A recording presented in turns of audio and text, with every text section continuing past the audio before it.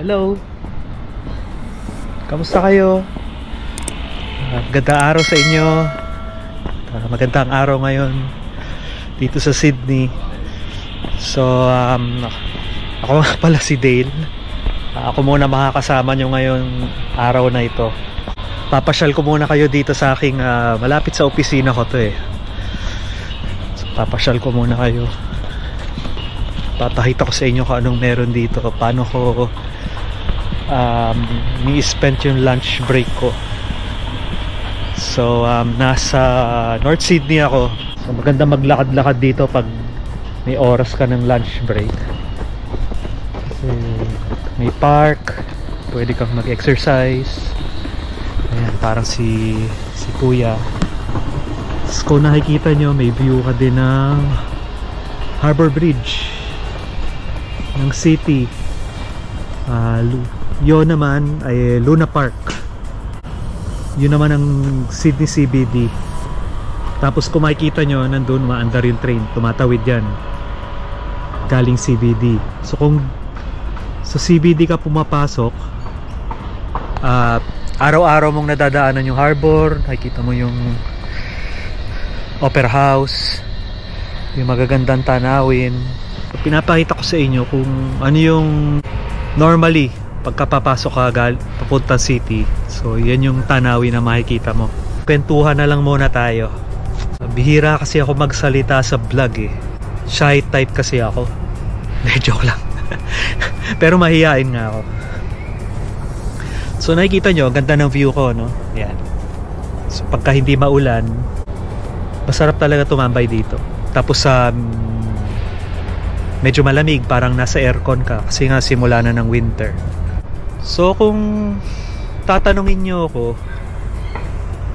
bakit nga ba dito sa Australia ang pinili kong bansa na mag-migrate? Kumbaga ang keyword doon is pinili. Kasi naisip ko, blessed ako na nasa sitwasyon ako na nung panahon na yon na makapili kung siguro saan ko gustong mag-migrate o kung sakaling mag-move on ako ng Singapore nang hindi dahil sa pressure o kailangan. Kumbaga may choice. So kaya ako nasabing blessed kasi kumbaga hindi ako napilitan. So ngayon, balik tayo sa tanong, bakit Australia? Yan, so nung time na yun, wala akong balak mag-migrate kasi nasa isip ko is magbabayad ako ng agency. Kumbaga, ayaw ko magbayad. Ang impression sa akin nun is para maka-migrate ka, kailangan mo ng malaking pera para magbayad sa agency, which is nung ayaw kong gawin. Kumbaga parang ayaw ko magbayad. Inisip ko para may paraan dyan o kung ano man. So yun ang impression sa akin ng pagmamigrate sa ibang country. Kaya hindi ko siya masyado pinopursue. So yun talaga yung pangunahing criteria ko na ayaw ko magbayad. So hindi ko siya iniintindi. Nagkataon lang na may classmate ako nung college. Shoutout sa'yo Arnold kung nanonood ka. Na nagkakwentuhan kami. Tapos nabanggit niya sa akin na magmamigrate siya dito. So ako naman, tinanong kung saang agency siya nagpunta. Tapos nagulat na lang ako. Ang sabi niya, hindi, ako lang, sarili ko lang, inaral ko lang lahat. So nagulat ako kasi all this time ang impression sa akin is para mag-migrate, kailangan mo mag-agent. Ngayon, tinanong ko siya, nag-uusap kami, nagpakwento ako kung paano niya ginawa. So na-inspire ako sa ginawa niya. Nakita ko na posible pala na mag-migrate ka sa Australia ng sarili mo lang, DIY nga tawag nila, which is personally ako, yung criteria ko na ayaw ko magbayad ng agency hanggat maaari is ako mag-a-apply kasi gusto kong magamit yung pera ko sa mas stretch ko ba sa ibang bagay So palagay ko yun yung isa sa mga defining factor kung bakit pinursu kong mag-migrate sa Australia, kasi magagawa siya, mapag-aaralan siya, tsaka mapaghahandaan. So nagtingin din ako ng ibang country nung medyo naging aware ako na pwede ka palang mag-migrate on your own. So chinek ko rin sa Canada, sa UK, sa US, sa New Zealand. So na-realize ko na mas may potential na makamigrate sa Australia. So pinag-aralan ko siya, pinagandaan ko. So yun yung unang factor kung ba't na-consider ko dito. Pangalawa is yung opportunity. Kasi kumpara sa ibang country, sa mga nababasa ko, sa mga nakikwento sa akin, napapanood din natin sa ibang YouTube channel, sa mga documentary, sa news, na normally pagka nag-migrate ka sa ibang western countries is kung ano yung work mo ay pagdating mo ron, start ka talaga sa baba, simula ka uli. Kumbaga hindi yun yung trabaho mo ngayon ang magiging trabaho mo ron, o yung napag-aralan mo.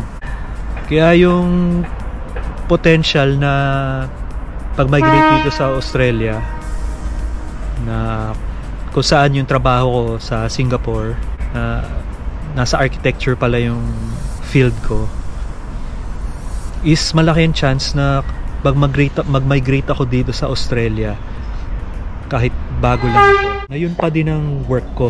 So nakakainganyo sa akin yun. Kumbaga, pagtsatsagaan lang. So yun yung pangalawa. So yung pangatlong personal consideration ko, na tingin ko kaya sa Australia ko napili, is ma-maximize ko yung oras.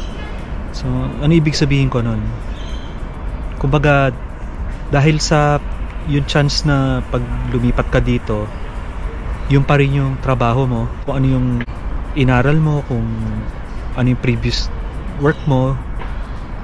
So example sa field ko sa Archi, so malaki yung chance na Archi din yung makukuha kong trabaho dito kahit na wala akong experience at bago. Malaking tipid sa oras kaysa sa ibang bansa na magsisimula ka talaga. So tingin ko malaking bagay yun, kaya naisip ko na dito na lang sa Australia mag-apply. So yung 3 reasons ko, yun ay personal reasons ko, bukod pa sa malapit sa Pilipinas ang Australia, tapos maganda yung climate, hindi ganun kalamig. So bukod pa dun sa mga kumbaga obvious reasons, family oriented, so given na lahat yun. Pero bukod pa ron, yun yung nagpa-consider sa akin kung bakit ko sinubukang mag-migrate dito. So next time, kikwento ko naman kung paano ko pinlano yung pag-apply ng visa dito. So magandang kwento rin yan. Sa next na lunch break ko, isi-share ko ulit sa inyo. So sana may natutunan kayong dito sa shinare ko, na sa tingin ko basta may opportunity, i-grab nyo lang yan. Kasi parang yung mga tinda lang dito, basta nag-sale, sigurado bibili ng iba. Kaya pag nag-isip ka pa, mauubos yun. So same lang din sa opportunity, basta may pagkakataon na sa tingin nyo mapapabuti yung buhay nyo, i-grab nyo at worth it siyang investment. Kaya maraming salamat sa inyong panonood, at kita-kita ulit tayo. Paalam.